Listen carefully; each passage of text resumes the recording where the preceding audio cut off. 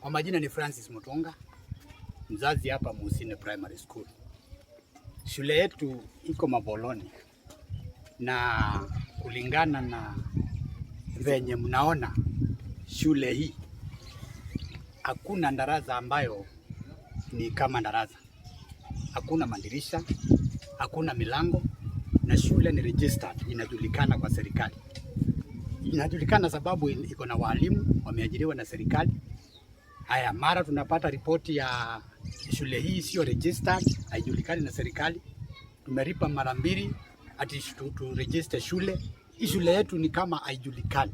Kwa tunaomba kutoka kwa MCA, MP, mpaka governor, mpaka juu headquarter, hii shule ichunguzwe kama haijulikani.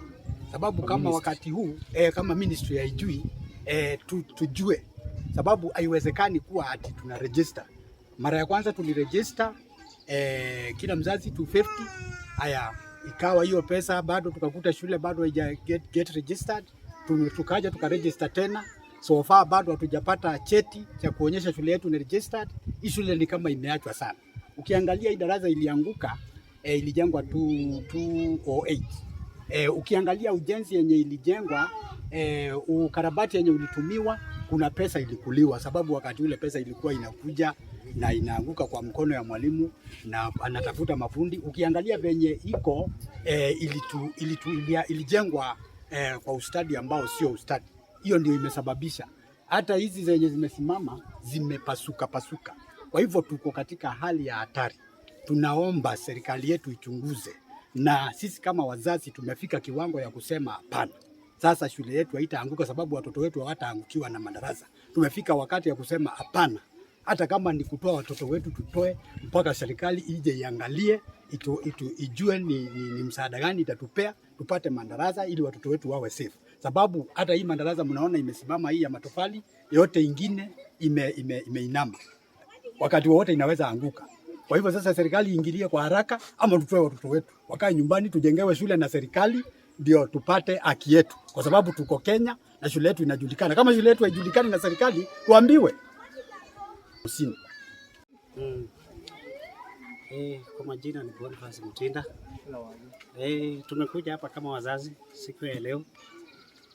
Shule ilipewa jana paa ya darasa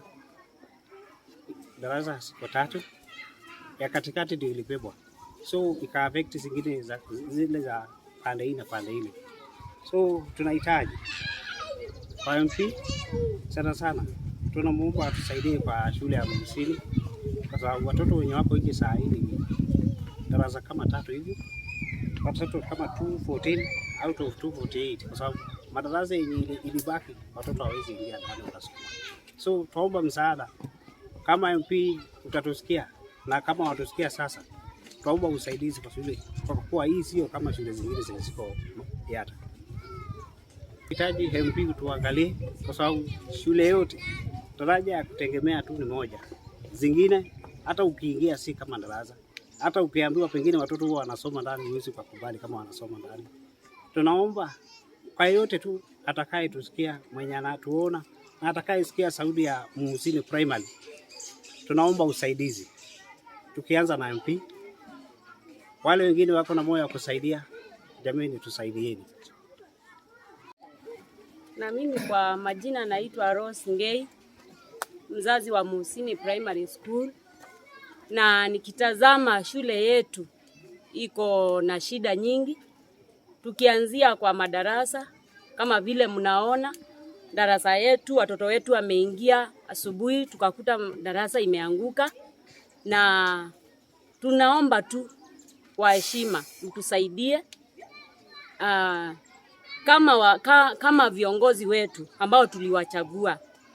Tukitazama tunakaanga kama tuko kama watu waliachwa, kama vile mzazi anaachanga watoto wao. Sisi ni kama yatima na sisi ni wazazi wa Muusini. Tunaomba tu serikali yetu mtusaidie, sana sana MP wetu, tulikuchagua utusaidie. Tukiangalia hata vyoo hatuna madarasa, yote yamebebwa, na ni kwa hayo tu. Tulisaidiwa na CDF iliingia na madarasa yenye imeanguka ni ile ya CDF yenye walitengeneza. Kwa hivyo yenye ingine tumepata juzi, tuko na darasa moja ndio tulijengewa na CDF.